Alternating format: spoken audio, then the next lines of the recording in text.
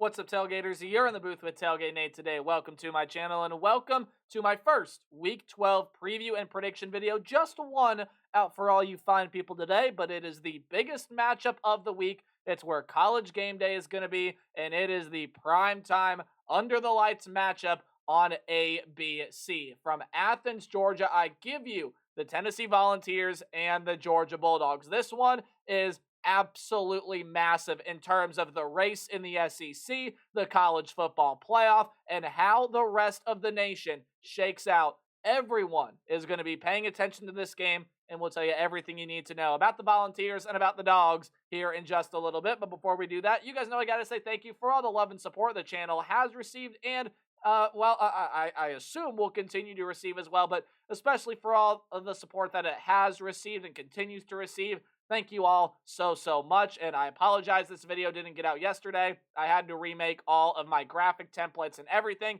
because I had some files get corrupted, so it may not look exactly similar because I did have to remake everything, but I have made it all, and we are ready here to go for all of you fine people. Make sure you hit the subscribe button and ring the bell, especially if you're as big of a college football nerd as I am. Thank you for taking time out of your busy day just simply to watch the video, and you can do a whole lot more by liking, commenting, sharing, and please, if you want to support me outside of YouTube, go give me a follow on Twitter or X. It's at TailgateNate29, and I would really appreciate some support over there, as you will get to check out what else I do within the sports media realm. My apologies if I sound not like myself. My throat's starting to get a little bit sore, which is why it's important to drink water,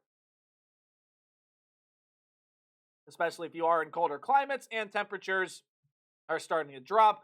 Things are going to get more and more dry outside. Hydration. Without further ado, though, ladies and gentlemen, let's dive on in and break down everything that this matchup means. And before we break it down and sort of give you the keys to the game, as I do if you're new on the channel, this is how we do preview and predictions for these games. We're going to go through some keys to the game when each team possesses the football. So first we'll look at the Tennessee offense versus the Georgia defense, and then we'll take a look at Georgia's offense against the Volunteer defense. We'll sort of go through some final thoughts, how I think the game is going to play out, as well as the final prediction for who I think the winner is going to be in Athens, Georgia. Now, I also, again, do want to have some pre-discussion for just a little bit, because this game is absolutely massive. There are some people out there saying that if Tennessee loses this game, then they will no longer be in the running for a college football playoff spot, and I just quite simply think that that is not correct. I still absolutely think Tennessee can get a college football playoff spot even if they lose this game. But more importantly, again, it would keep Georgia in the mix, and the whole conversation would be a lot more interesting if Georgia won this game. And at that point, there would probably end up being at least one 2-loss SEC team that would get left out of the field and be very, very sad. But on the flip side, if Tennessee wins this game, well, you eliminate Georgia from the playoff contention, and you all but cement yourself a spot in the SEC championship game, and I would be buying all of the Josh Heupel stock in the world if Tennessee goes on the road and gets this win done. Not saying they can't do it, but I mean, wow, what a win that would be for this program. Let's now start to break things down. Again, it's the 7th-ranked Vols, the 12th-ranked Georgia Bulldogs, and we will start by talking about this Tennessee offense, which has been fantastic for the most part all season long. I mean, you take a look at all the numbers that are there in front of us on screen: 37.6 points per game, over 470 yards per game. It's a balanced attack that's doing it both on the ground and through the air. It struggled a little bit through the air as of late, but Nico Iamaleava is starting to come on and find himself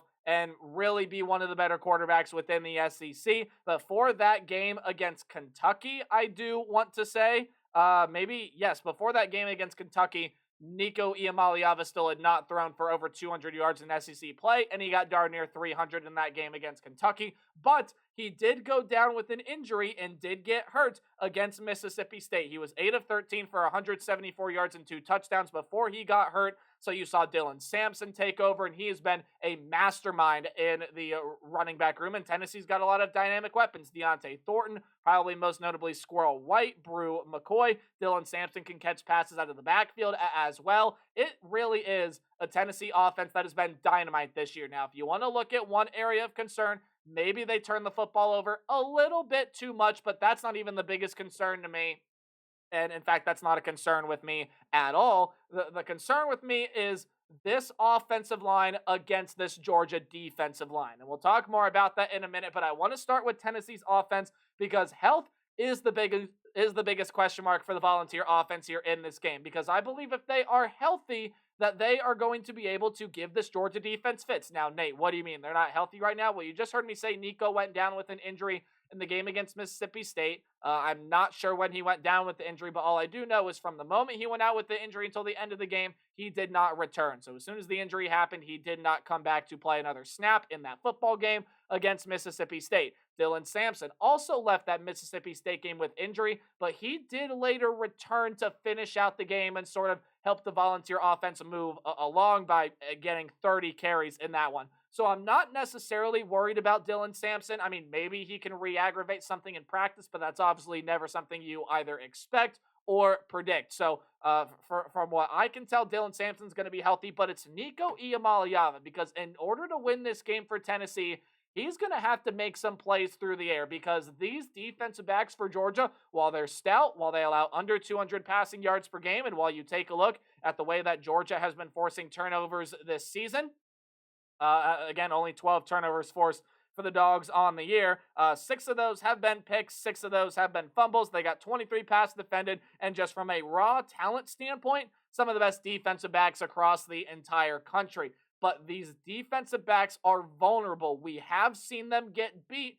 Now, they did a fairly decent job against Jackson Dart. They did force Jackson Dart into one interception in there as well. And I mean, again, Georgia's secondary's been, for the most part, pretty darn good all season, but they're vulnerable to the big play, especially when Tennessee has got a lot of these really good and explosive weapons. Nico, he's got to be able to be healthy, but even if he's not at 100%, he's got to find ways to really significantly impact the game, and I think he's going to impact it with his arm, because Dylan Sampson, I think he's going to get his carries, he's going to get his yards, obviously, but this Georgia run defense has been pretty solid all season long. You even go back and take a look at what Georgia did last week against the Ole Miss Rebels. I mean, Ole Miss ran the ball 35 times, but only 133 yards, 3.8 yards per carry. Not a number that Georgia themselves are going to be proud of, but a number that you can say, okay, that's still a pretty solid rush defense, right? And especially my concern, though, with this Tennessee team is on the offensive line, their ability to protect Nico Iamaleava, to open holes for Dylan Sampson,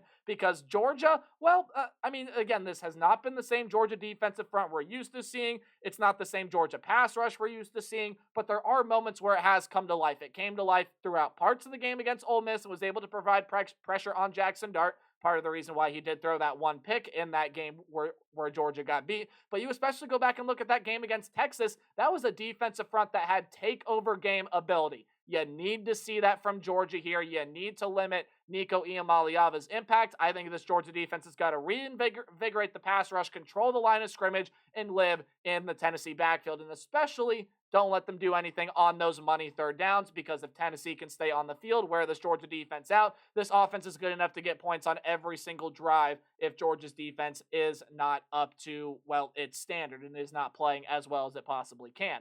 Let's move on over here to the Georgia offensive side of the football now. And, well, this is where you get questions about Georgia even more so. The defense, I think, for the most part, is going to hold up its end of the bargain and is going to be able to slow down Tennessee enough, but the offense has got to be able to capitalize on that, right? I mean, you take a look at what the Georgia defense did in its previous game against Ole Miss.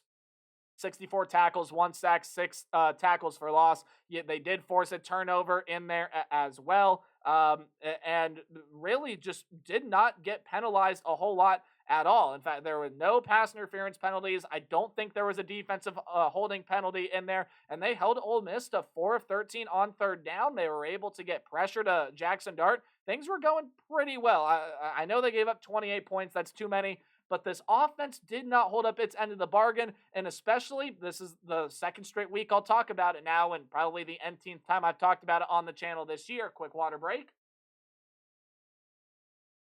Build a little bit of suspense, but that is Carson Beck. And Carson Beck, I think, is getting a little too much of the blame for what is happening with Georgia right now. But yes, obviously Carson Beck is part of the problem. He's also got to be able to be part of the solution, and I'll tell you how we can do that here in just a little bit. But Carson Beck needs to make better decisions with the football. I talked about this last week. The interceptions for Carson Beck, it's too much, right? He has 17 touchdowns and now 12 interceptions on the year. He throws the ball. He's been throwing the ball to the other team more often than he's been throwing it to his own team this season. And he absolutely needs some of these playmakers to step up and make plays. He's going to need Arian Smith to step up. He needs Dominic Lovett to step up. He needs Bell to step up. Look, if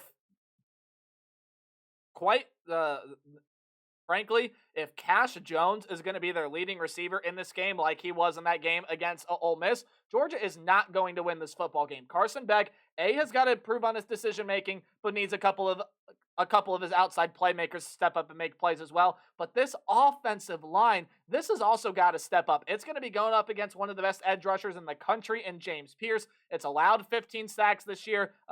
Georgia, again, the main bulk of their turnovers is Carson Beck. But this is also an offensive line that is not run blocking that well at all. This is not the Georgia run game that we are used to seeing out of a Kirby Smart-led dog team. They're only averaging 124 rushing yards per game, ladies and gentlemen. That is not the Georgia standard. In fact, that's not even close. Now, they still have some really good weapons. Trevor Etienne, Nate Frazier, those are guys that, have proven can run the football pretty effectively. Both of them averaging over 4.5 yards per carry. But it is up to that offensive line to create holes for these dudes, because if Etienne and Frazier are able to hit the seam, if they're able to split that gap, they're going to rip off some big runs, and I think that's really going to hurt Tennessee's defense. But if you are the Tennessee Volunteers defense, look, you were able to limit Jalen Milroe in Alabama phenomenally. And for the most part this year, your defense has looked really darn solid. It's looked like one of the better units in the SEC. I think you've got to take the Ole Miss recipe here to be able to win this game. And I keep referencing that Ole Miss game, well, because did you see what Ole Miss did to Georgia last week? It was not just an upset win. It was a thorough beatdown. You take a look at what the defensive front did: 5 sacks and 9 tackles for loss. Tennessee's got the weapons to be able to do that here in that game. They got to generate pressure. They got to force Carson Beck to get rid of the football earlier than he wants to, which is going to lead to Carson Beck making some mistakes, throwing some picks, and that is where the forced turnovers will come in there as well. If Carson Beck is going to give the football to this Tennessee secondary, you can just about forget it. Carson Beck has got to be able to step up. I think this offensive line has also got to play better. And Georgia overall just needs to limit the mistakes. I think they need to play Georgia ball, right? They need to be able to reestablish that run game. They got to win the battle in the trenches. They got to say, hey, we are more physical than you, which I believe at the helm, Georgia is a more physical team than Tennessee when both teams are playing at their absolute best. But Georgia has been inconsistent offensively this year, and Carson Beck and the offensive line are a big reason why. They got to get it figured out, and it's going to be a tough matchup against this Tennessee defensive front that not only is really good at bringing pressure, also pretty darn good in run defense as well. But we've seen this story before with Georgia, right? We just saw it earlier this season when they went and played the Texas Longhorns on the road. A lot of people counting the Georgia Bulldogs out. Oh, Georgia has looked inconsistent. They don't look that great. This, that, and the other. Now, before I give my official pick on this game, I will say, one, if Tennessee loses this game, I do not think they are out of college football playoff contention by any means. This conversation is going to get very, very interesting for the college football playoff committee, and Tennessee is not out of the running if they lose this game based on what we've seen out of the nation thus far. Two, if Tennessee, I already said that at the top of it, but two, there is no way that Georgia is 10 points better than Tennessee. I'm sorry, with the way and how inconsistent that Georgia has been, they're just not. And I think Tennessee is going to cover the points really, really easily here in this game. But we counted Georgia out against Texas. And Georgia, like we've seen with a lot of other teams this year, have had their moments where they've looked really darn good. I think this is going to be one of those moments where Georgia looks really darn good. Carson Beck may turn the football over once or twice, but I do think the running game will get going enough. Carson Beck will make enough plays. This defense will force a couple sacks, maybe a turnover or two that will help change the tide. And the Georgia Bulldogs survive at home against the Tennessee Volunteers. I think this is going to be a thrilling contest. Could go back and forth and could really go either way. But I do think that Georgia is just going to put together one of those games. No one puts baby or dog in the corner. Georgia's got their backs against the wall. The pressure is all on them. There is no pressure on Tennessee, at least comparatively speaking, the amount of pressure both of these programs feel. Georgia feels that pressure. They know what pressure feels like, and I think, yes, while they are in a pressure cooker right now, I think they're going to survive it. I think they're going to beat Tennessee 24-20 is the way I see this game shaping out. But let me know your guys' thoughts in the comment section down below. Remember to play hard but tailgate harder, and I'll see all you guys in the next video. More preview predictions out for you tomorrow. Goodbye.